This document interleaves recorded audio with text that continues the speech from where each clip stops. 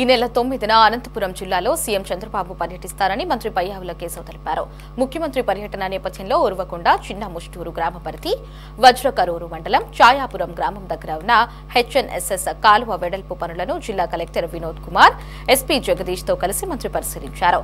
హంద్రీనీవా కాలువ సామర్థ్యాన్ని పెంచుతూ వెడల్పు చేసే పనులను సీఎం పరిశీలిస్తారని చెప్పారు. కాలువ వెడల్పు పనులు ప్రారంభమయ్యాయని, ఇప్పటికే దాదాపు 50% పనులు పూర్తయ్యాయని మంత్రి వెల్లడించారు.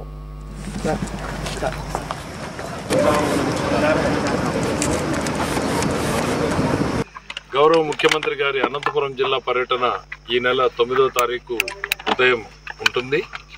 ప్రధానంగా హంద్రీనీవా కాలువ సామర్థ్యాన్ని పెంచుతూ వెడల్పు చేసేటువంటి పనులను ముఖ్యమంత్రి గారు ఒకసారి అన్నింటినీ కూడా పరిశీలిస్తారు.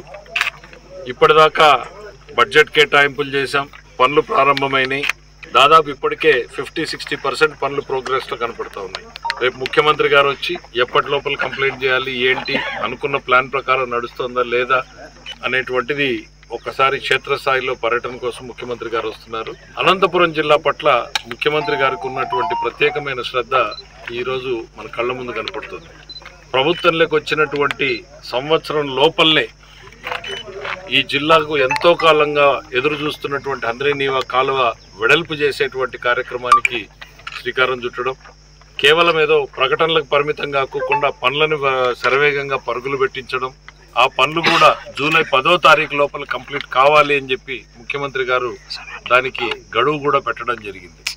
అంటే రెట్టింపు, ఇప్పుడు వస్తున్నటువంటి నీళ్లకు రెట్టింపు నీటిని తీసుకొచ్చే రకంగా హంద్రీనీవా కాలువను తయారు చేస్తున్నాం. కేవలం ఒక పంపు హడావిడిగా ఎక్కడ స్ట్రక్చర్లు కట్టకుండా చిన్న చిన్న కాలువ, పిల్ల కాలువను తవ్వి ఒక పంపుతో చేస్తే 2014-19 మధ్యలో ఉమామహేశ్వరరావు గారు ఉన్నప్పుడు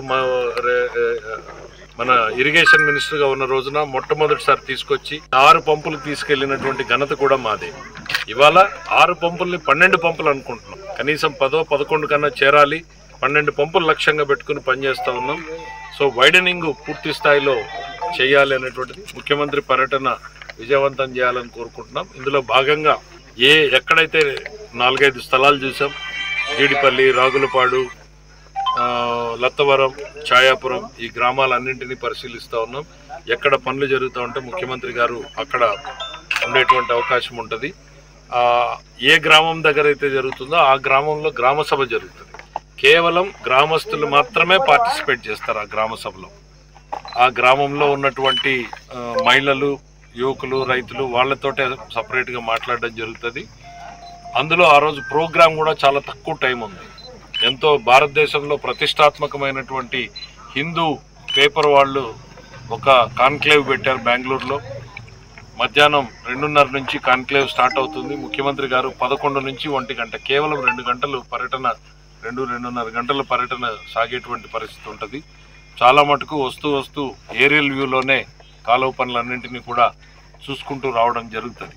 ఆ రకంగా చూసుకుంటూ వచ్చిన తర్వాత క్షేత్రస్థాయిలో కూడా మళ్ళీ ఇక్కడ జరుగుతున్నటువంటి పనులన్నింటినీ కూడా చూసిన తర్వాత ముఖ్యమంత్రి గారు ఆ రోజు తిరిగి మధ్యాహ్నం 1 గంటకు బయలుదేరి వెళ్ళడం జరుగుతుంది. పూర్తి వివరాల్ని ప్రోగ్రామ్ ఫైనలైజ్ అయిన తర్వాత తెలియజేయడం జరుగుతుంది.